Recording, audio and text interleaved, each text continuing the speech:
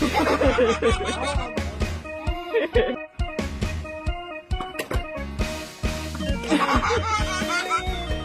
่อแม่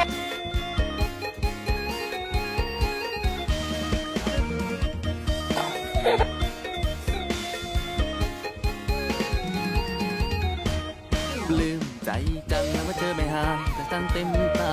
หล่อนนั้นนาอายุอารมณ์ไม่เกินสาวสองหน้าตาท่าทางประเทศแต่มีเสน่ห์เป็นของเจ้าของเดิมที่เคยครอบครองเขาปล่อยให้น้องไม่ได้ไงกันเจ้าของคนเดิมเขาปล่อยให้น้อง